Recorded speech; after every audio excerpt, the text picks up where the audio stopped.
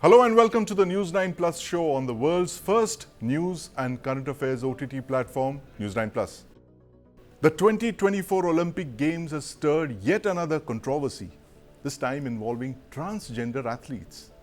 25-year-old Algerian boxer Imane Khelif defeated Italian boxer Angela Carini in just 46 seconds at the Paris Olympics. Angela withdrew in order to preserve her life, as she called it. Now, this is not the first time when Imane has been in the center of a controversy. In 2023, in Delhi, at the World Boxing Championship, the IBA disqualified Imane from competing over gender eligibility issues. Now, facing criticism in Paris, the Olympic chiefs have released a statement that despite Imane failing a sex test last year, they've insisted that every person has the right to practice sport without discrimination. Now, even high-profile personalities like Elon Musk and Rowling have criticized the IOC's decision to allow Khelif to compete. Italian Prime Minister Giorgia Meloni has also said that she's been opposing the decision to allow athletes with genetically male characteristics to compete in the women's category since 2021. Clearly, this controversy has ignited a broader debate on inclusion and eligibility in women's sports. To talk about these gender-bender games, as we're calling it, I have with me someone who can talk about this, Dutee Chand.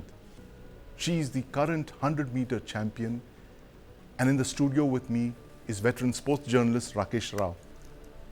Dutee, welcome to the News9 Plus Show. Rakesh. Namaskar. Namaskar, Dutee. How are you? Fine, sir. Rakesh, I want to start by asking you this. Break down this controversy for us. Yeah. What we just witnessed at Paris, which is a small controversy over the gender of one of the boxers involved, which is quickly spiraled into a political controversy of sorts. Everyone's jumped in on this debate. Must athletes who have an edge, an advantage over another athlete because of the chromosomes, the XY chromosome, is there an XY factor in this? What is this controversy all about? See, number one, when we talk about, sports in general, we talk about equality. Yeah. Equality in the sense there are certain things, of course, we do talk about personalities, performances, and so on and so forth. But we have always argued that it has to be fair to everyone. The eligibility criteria should be equal for everyone. But in this particular case, there is a slight difference. And I'll just try and put things in perspective because there have been arguments on both sides of the line. One side says that you have to include them. I mean, this word inclusion and being inclusive, I mean, this has been the kind of watchword for a bit now. It's all fine. I mean, I'm completely for it. But when you are talking about what is at stakes, up there you need, I mean, if everything is equal, the facilities, as we say, it varies from a developed country to a developing country to an underworld country. It is different. So it is not equal in that sense. So this is the other side of the argument as well. So when you say we are providing equality and we respect equality, in this particular case, it is blurred. It is seriously blurred here. The dividing line which says that, okay, men and women are going to, compete separately, which is perfectly fine. Right. Because of the way they're made, biologically they're different, the physicality and so on and so forth. But in this case, when you say that in a combat sport or in a contact sport, where the physical requirement for you to excel or to perform, that set of skill set, I mean, if you just look at the skill sets or the kind of things which are needed for you to excel, say it is A, B, and C. Now, when you look at, somebody who is not a transgender, that person will have it in lesser quantity. For example, we say some of the chemicals produced by your system, which is supposed to give you that kind of strength. If that is being produced in a higher quantity, that is what we say in the case of a transgender, that person by default is at an advantage. Now, in this particular case, this is what happened, and this is not something new. I mean, this is something that we have seen right through the 70s. I remember, like Renee Richards, one of the first big names which really created something. Who moved from being a male to a female, tried to take part in the US Open, was barred from taking part. She took the authorities to court, and in the following year, she did play and lose early. Right. Now, the point is that it is not necessary that just because you're a transgender, you are going to have that advantage and you're going to, use it to the hilt and win. In this particular case, it's a boxing bout. Right. That is where the poundage of every punch matters. Now, of course, you are guarded, you have taken all the safety precautions, but when a person who is, declared or like a sort of, I mean, if I were to use the word, like bona fide transgender, will definitely have an advantage. And what we saw yesterday was for the world to see that such cases are bound to happen. A person who was barred from the World Championship is allowed to take part in the Olympics. And the person is definitely better, stronger, fitter. And then, of course, these girls are going to get pounded. And that's what we see. 46 seconds of a bout, you choose to withdraw. I mean, she could have continued. Of course, she was hit very badly, as we all could see. But then if she has made a statement by withdrawing, let's take it seriously. Right, absolutely. And, thanks for putting that in perspective. I'm going to ask Dutee this question. Dutee ji, News9 Plus Show में आपका स्वागत है. कुछ साल पहले आपके साथ भी इस तरह की कंट्रोवर्सी, कुछ सवाल रेज किए गए कि आप कैसे कम्पीट कर रहे हैं, you have got an advantage आपके फेलो एथलीट्स के ऊपर. How did you handle it at that time and what memories, वो किस तरह के आपको मेमोरीज ये रिफ्रेश किए इस कंट्रोवर्सी ने? कल ओलंपिक में ये जो कंट्रोवर्सी क्रिएट हुआ है, इसको देख के तो मेरा 2014 में मेरे साथ में जो हुआ था, कॉमनवेल्थ गेम के लिए सिलेक्ट हुई थी, 3 दिन से पहले टीम से मुझे नहीं लिया गया और निकाल दिया गया और कहा गया कि पूरी दुनिया में कि मेरा जेंडर टेस्ट हुआ था, इसमें मैं मेल पाया गया, इसलिए वुमेन कैटेगरी में मैं नहीं खेल सकती हूँ करके. तो काफ़ी कठिनाई था उस टाइम का. काफ़ी लोग ने क्रिटिसाइज किया था, मेरा जेंडर को लेकर सवाल उठाया था. बहुत दिक्कत हुआ था उस टाइम में. मैंने नॉर्मल लाइफ जीने में भी दिक्कत हो रहा था उस टाइम में. आसपास में कहीं बाजार भी नहीं जा पाती थी, काफ़ी लोग सवाल करते थे, काफ़ी लोग ताना मारते थे. मैंने इतना मेहनत करके देश के लिए खेल रही थी मैंने, लेकिन लास्ट मोमेंट में उन्होंने मुझे इतना बदनाम करा गया था. उस टाइम में कोई सपोर्टिंग करने के लिए पास में भी नहीं आई थी. फिर भी मैं जो स्ट्रेंथ के साथ मैंने ये केस को फाइट किया था. 2014 में मैं केस अप्लाई किया था स्विट्जरलैंड में, कोर्ट ऑफ आर्बिट्रेशन स्पोर्ट्स. वहाँ पे कोई मैं लिख के दिया था कि जो हार्मोन प्रोड्यूस हो रहा है वो नेचुरल है. हार्मोन बनने से कोई लड़का बन नहीं जाता है कि ज़्यादा ताकत नहीं हो जाता बॉडी में. वो नेचुरल हार्मोन वो कभी बढ़ता है तो कभी कम भी हो जाता है.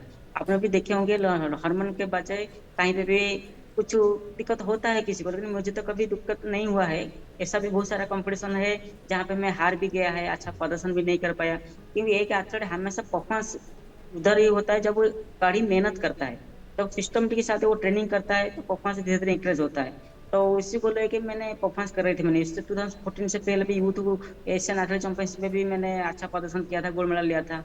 और उसी को देख के उन्होंने मुझे, उन लोगों को लगा कि मेरा हार्मोन के बजाय मैं ज़्यादा परफॉर्मेंस अच्छा कर रहा हूँ, तो इसलिए उन्होंने टेस्ट करके मुझे निकाल दिया गया था. तो फिर मैंने चैलेंज किया कि जो हार्मोन लेवल बढ़ रहा है ये नेचुरल है और ये हार्मोन मुझे कोई भी एडवांटेज नहीं देता है स्पोर्ट्स में.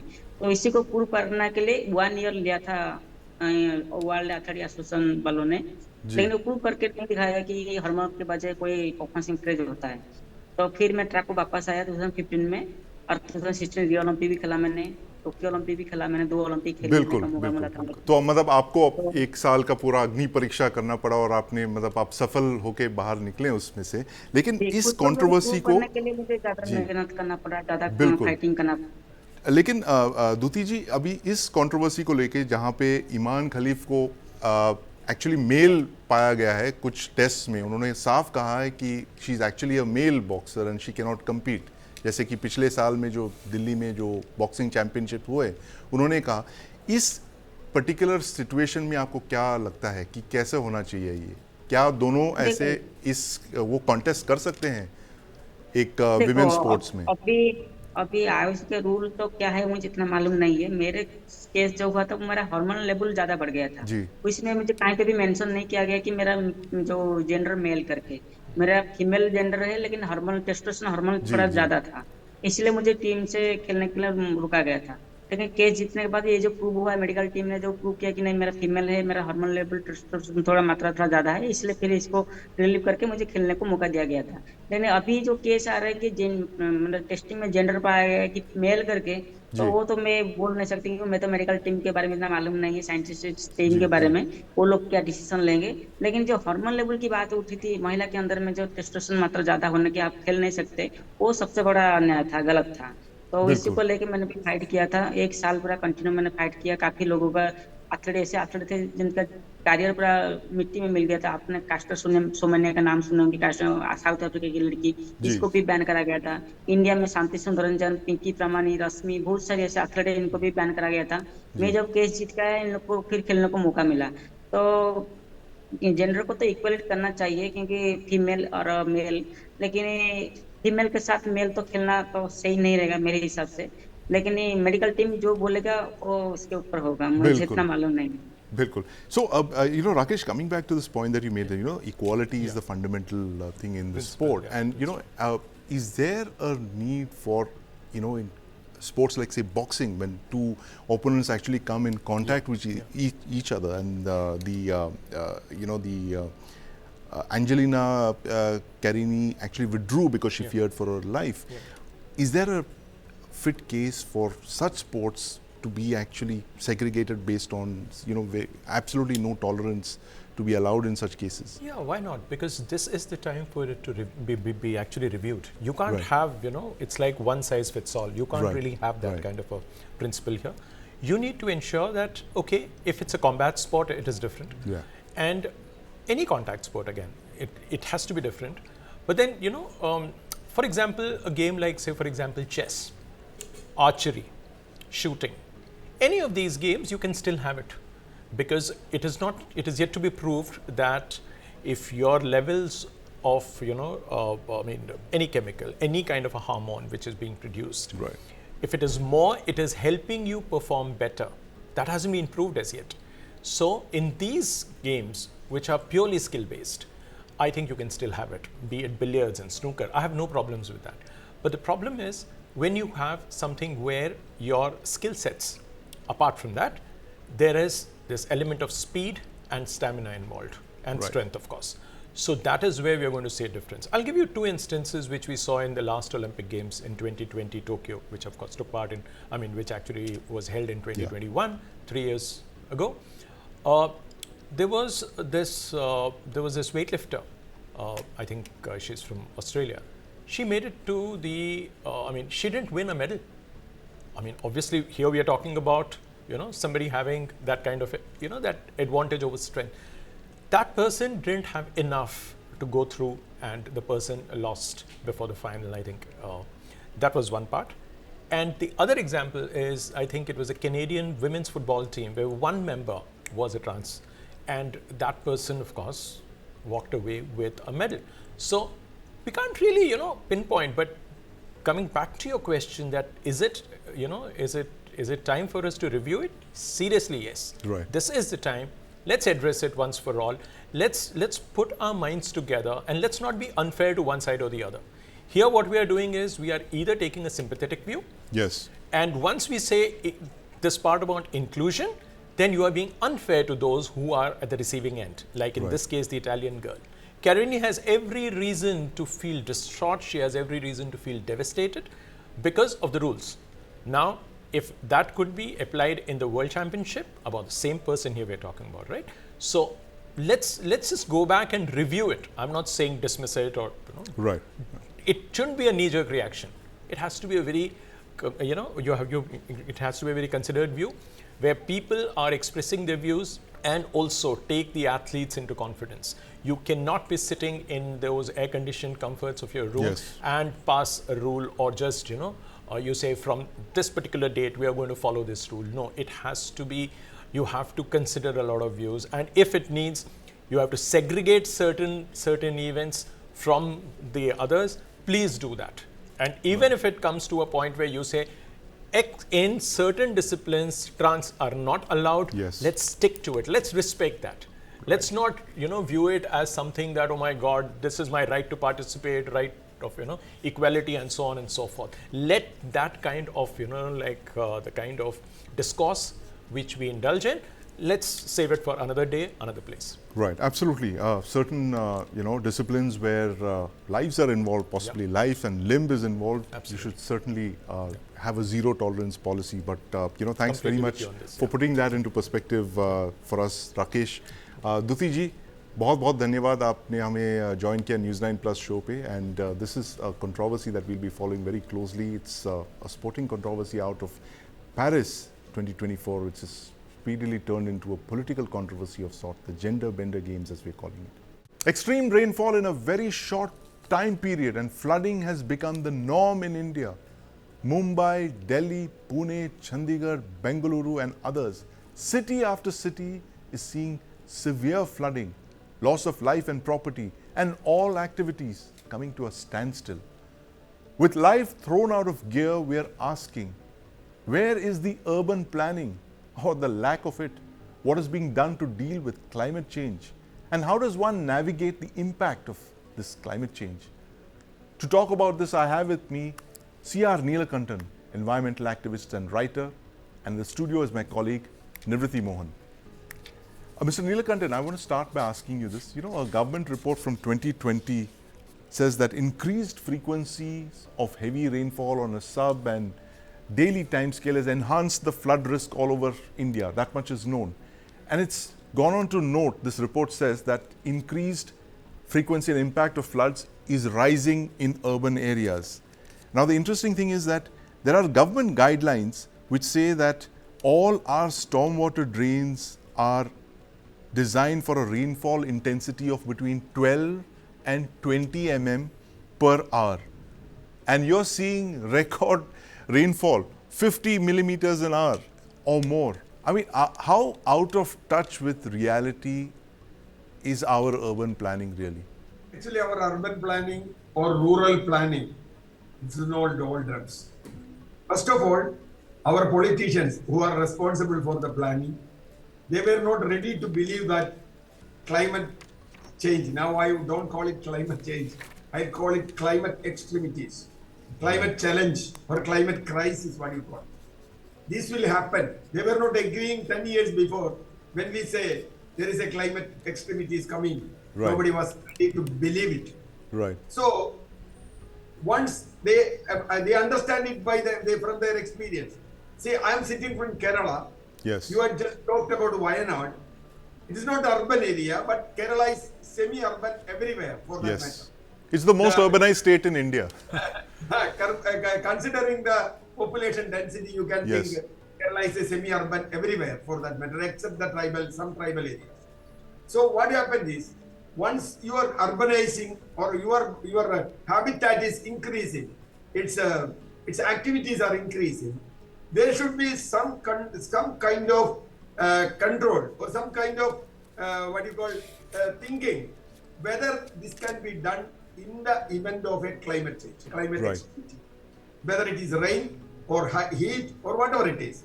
So our planning, whatever we do, it should be based on climatic extremities or climatic change. Right. That is the slogan we were telling for many long years. Yes. But the problem is, if you want to plan, see, for example, this Wayanad itself we take. Wayanad, we all know that it is highly vulnerable to heavy rains. Actually, there were technical reports even before Madhav Gadgil, then Right. Madhav Gadgil, and many other reports. Even in 2018, we understood Kerala is highly vulnerable. We had a very heavy flood all over Kerala. So we should have known, at least in 2018, Yes. that we are going to face such a crisis. Right. But Mr. once we Neelakantan, are the cities, Wayanad, of course, it's a problem, it's a crisis, it's a catastrophe. But cities where bulk of our urban populations live, why have they got such little attention? Given the fact that you have report after report. Government of India 4 years back says that, look, we know that extreme rainfall is a phenomenon, we have to live with it. Despite that, there has been no attempt to fix either the infrastructure, improve stormwater drainage, rewrite the norms. Like I just told you, that 12 to 20 mm per hour of rainfall. All our systems are geared for this, possibly from the last century. And you're talking of not climate change, but you're talking of climate extremities, a climate catastrophe. Why has this not got the kind of attention that we need? Why is nobody even talking about it? No, if you give some attention to that, there may be changes. There may have to be changes for your development paradigm. See, Right. you think development is making big constructions, Yes. either roads, buildings, malls, and grounds, airports, whatever it is.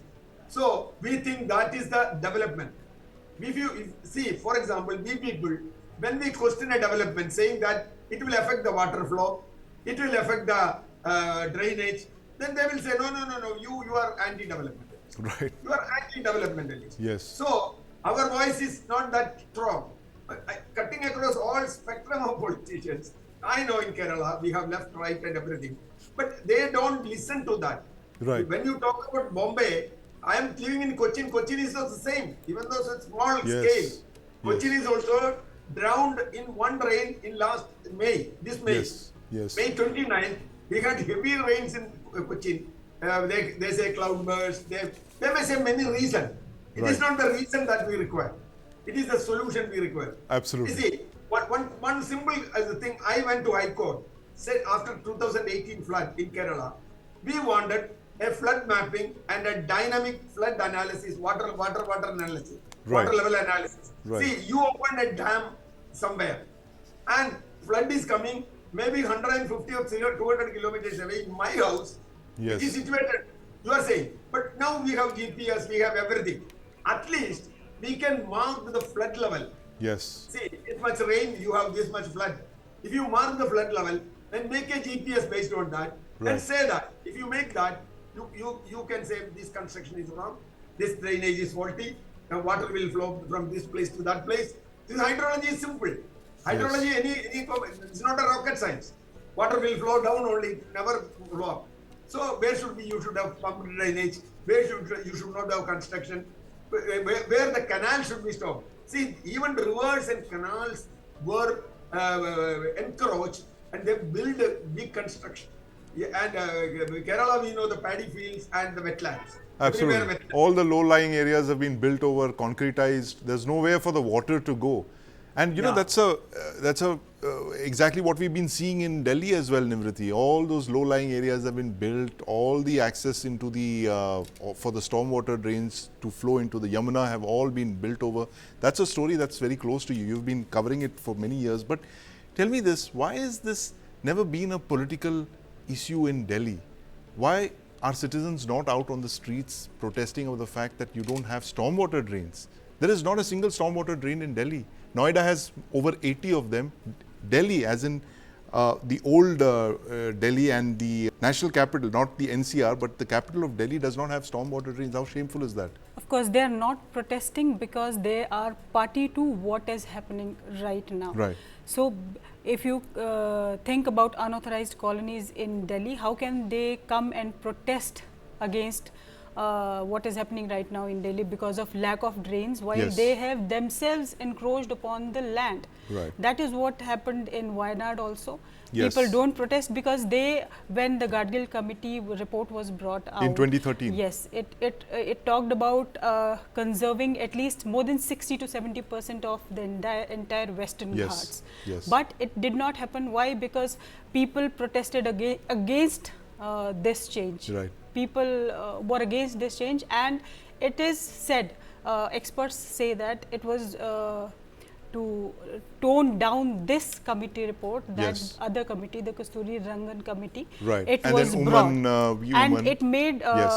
the recommendations, the area was reduced to 30 to 37 or 40%. Right. From 60-70% of conservation, Yes. they came down to 30 to 37% of Right. area. Right. So this is why people don't come themselves and protest, but this indifference by the authorities Yes. and this indifference of the common people has led to what is happening. Absolutely. Indifference, now. apathy, that's one of the reasons for this. Mr. Chandrabhushan, environmentalist and researcher, joins us. Welcome to the News9 Plus Show, Mr. Bhushan. We are talking about broken cities, non-existent stormwater drains, only because of the Rajendra Nagar tragedy, where these 3 young students lost their lives. They drowned in the most unimaginable of circumstances. Why is this never an election issue, Mr. Bhushan? The fact that you have a city of the caliber of Delhi, it's the capital of one of the world's largest economies, and we don't have stormwater drains. Well, there are multiple reasons. I also believe that civic responsibility is something that has not been ingrained in all of us. We are too much preoccupied with our own personal life. Community engagement is very poor. Right.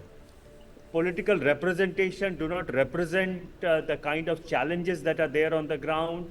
Our municipal services are very poor. In Yes. fact, we pay too much attention on state and central government elections and very little on local elections. But the fact is that our lives are dependent on who is our local representative. Right. The ward councillors, those who are there, the mayor Right. of a city.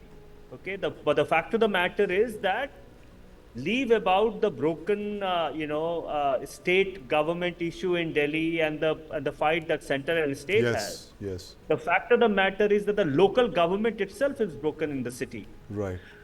That you see across the country. You go to Yes. Mumbai and the situation is the same. Right. So we pay too much attention on the role of center and state government and too little on the role of local government.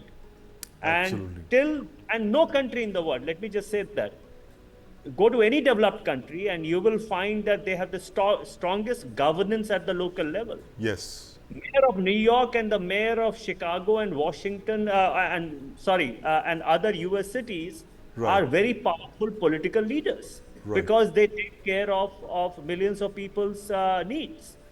But do we even know the name of the mayor of Delhi or Kolkata or other cities?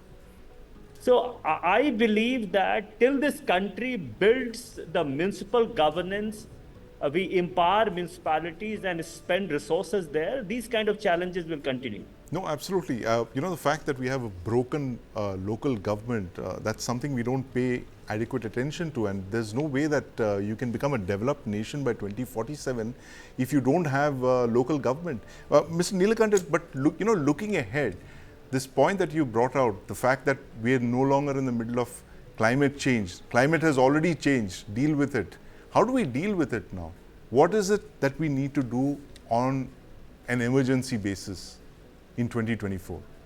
Actually, I want to add what you were discussing earlier, the local government. Yes. The most powerful local distributed government is in Kerala. Yes. We have highly distributed system. That is why Madhav Gadgil in his report told, he is not giving a report to implement. He told, my report should be translated into local language and it should be discussed in Gram Sabhas and Ward Sabhas. Right. So Gram Sabhas and Ward Sabhas, if they discuss this report, then they will know, as you told, they will know what will happen, where will be. Here, even in this, the local panchayat president was knowing there will be heavy landslide. Yes. He had informed the authorities 2 days before. There is a danger like that. But he cannot do anything because shifting 500, 600 families, it's not in the control of a panchayat sarpanch. Right. So the government, the district authority should intervene there. But nobody bothered. Nobody bothered. Because panchayat president calling a collector means panchayat president is who is panchayat president? Right. Sarpanch. Right. We don't bother. So what happened is, here the decentralization and giving power, especially in disaster areas, it is very, very important. I don't know whether you might have heard, even in the Wayanad disaster, there is a Hume Center in Wayanad which had predicted this 3-4 days before. They were measuring rainfall in 200 points in Wayanad distributed, and local panchayat representatives and all are involved, schools are involved. They were getting the rain data, how the rain data is increasing, and they were doing prediction. But the Hume Center has given all these details to the district authority. They didn't do anything. That is a problem because The rural Absolutely. government is very powerless to Yeah. implement. So there should be more decentralization with the power. That is one thing. Second Absolutely, thing, we cannot yes. blame the people. One minute, just one sentence. We cannot blame the people because people are driven by the political pundits. Right. Even the technocrats or scientists or environmentalists have no voice on that. They will say this is our development. Don't worry about that. Absolutely. These I'm going to ask environmentalists Mr. Bhushan this. Thanks, Mr. Neelakantan. But, closing comments from Mr. Chandrabhushan. What do you need to do now on an urgent basis, Mr. Chandrabhushan? The fact that climate has already changed, we have seen it from Leh to Wayanad in 2024. What is it that we need to do on an emergency basis now to save more lives? I think there are multiple things we need to do. We need to start developing local area action plan for adaptation and disaster risk reduction. So we must start doing local ward level plan of disaster risk reduction because Himalayas are disaster prone and Yes. so are Western Ghats and Eastern Ghats. All the hills from that perspective. But across the country, we should do now local level action plan for climate change adaptation and disaster risk reduction. We should now start thinking about a national climate change law. We do Yes. not have, this country does not have a law to deal with climate change. In Yes. fact, Supreme Court in a recent judgment did say that the country needs a climate change law. So we should start thinking about how do we deal with climate change in terms of legal framework Yes. at the state and the national level. And then awareness and sensitivity. I do believe that Madhav Gadgil report is an important report. I also believe that that report needs to be discussed extensively and adopted. Right. And adopted very quickly. It is Yes. more than 14 years that that report is there. Absolutely. So those things should be done and we should move ahead. We should move ahead indeed, and thanks very much, Mr. Chandrabhushan, Mr. Neelakantan, for joining us this evening on the News9 Plus show on India's drowned reality. It's not too late to wake up now and take action on the climate crisis that our cities are facing. India has always had strong bilateral relations with Japan. They share a special strategic and global partnership. Now, the friendship between the two countries has a long history rooted in spiritual affinity and strong cultural and civilizational ties. But now they have a common challenge, the rise of China. So can India and Japan, strategically located on opposite flanks of China, check Beijing's ambition to achieve hegemony in Asia? Joining me on the line from Tokyo is journalist Nupur Tiwari. Nupur, welcome to the News9 Plus show. Hi Sandeep, thank you for having me. Nupur, first question. Foreign Minister Jaishankar was in Tokyo very recently, received a very warm welcome. He was part of the foreign ministers, Quad foreign ministers dialogue and summit. What's the sense that you get from this event that you covered? Is there a mutual fear of China that's actually driving India-Japan ties? Exactly, you're absolutely right. Definitely, yeah, this is the mutual concern both countries have, and this is, I think, bringing us closer. And definitely, India and Japan never been apart. Yes. The spiritually and culturally, we're always close. But this is the concern here, which is actually, and that was the reason the Quad was established by Mr. Abe, and Yes. and Mr. Abe understood that India, the importance of India in the Pacific. That India, without India, always Japan is very close to America after the Second World War, as you Yes. know, as the whole world, entire world knows. But the thing is that Mr. Abe was the first person who understood that without India, they cannot do anything in Asia, and that is the reason I think the Quad concept came and Quad became big. And now the present government, definitely Mr. Kishida, and the foreign minister, Ms. Kamikawa, she's taking it to a different level, and she's, she wants especially India and Japan. We have, though Australia and USA, they are maybe not that affected as much. Right. We both are affected, India and Japan, and that is the reason I think bringing India and Japan closer than ever. Absolutely. We're in the firing line, Nupur, so to speak. Exactly. But Absolutely. India is hosting the 2024 Quad summit in New Delhi at some point in the next couple of months. And as you correctly pointed out, the Quad, it was former Prime Minister Shinzo Abe's baby. I mean, he literally drove this together. It's a pity that he's no longer with us.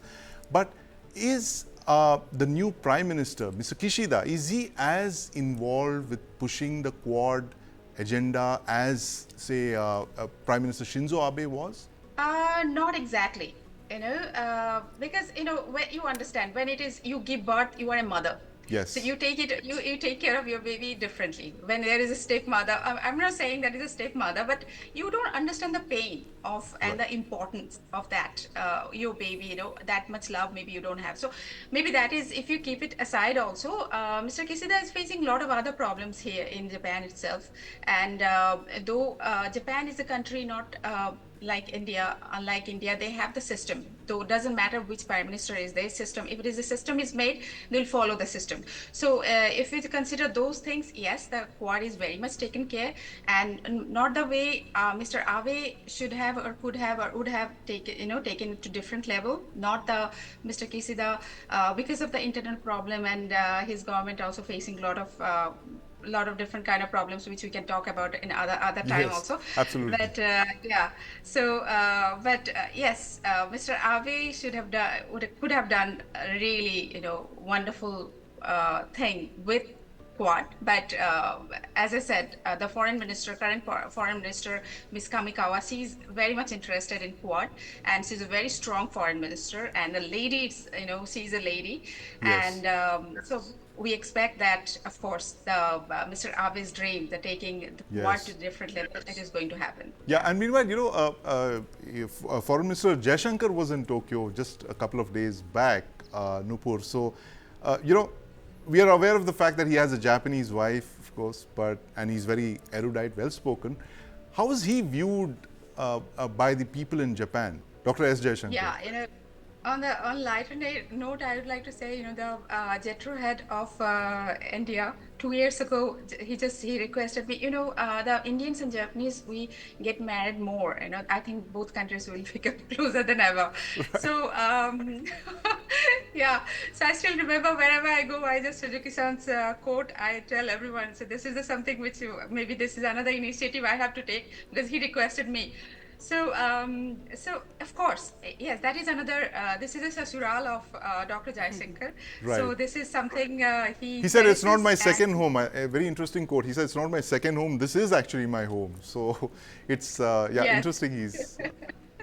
Yeah, he was the DCM when yes. he was posted here as a DCM, and that time he got married, and later I guess he got married, and so yes, especially he, I think he enjoys differently, and not like as a foreign minister, other foreign minister, other minister, they come as a minister. He's treated differently, and the Japanese also, they think that closer to him, and Indians, I think even if you don't consider him, his sasural is here, yes. but also Indians, I think all over the world, even the Indians in Japan, they are not exception. They also like Dr. Jaishankar a lot. I should just tell you that there is a Indian area. This is called Little India. And there the Mahatma Gandhi's bust was unveiled by him, and even the Japanese minister, Japanese mayor came, and they all were there at the same stage, and together the unveiling process happened, and it is a kind of historic moment, yes. In Japan, it is getting unveiled, the Mahatma Gandhi's bust, and it was actually very inspiring, and Indians, they celebrated this event. Absolutely. So I can say this is another thing which is adding a little bit to our relation, and his Japanese wife also. Absolutely. So, yeah. What did you call it? The Maruti Suzuki, example for diplomacy between India and Japan, as you mentioned. But that's all we have time for this evening. Thank you very much for joining us, Nupur. We look forward to hearing from you more often. But thanks very much to put this in perspective, the Indo-Japan China challenge that we just spoke of.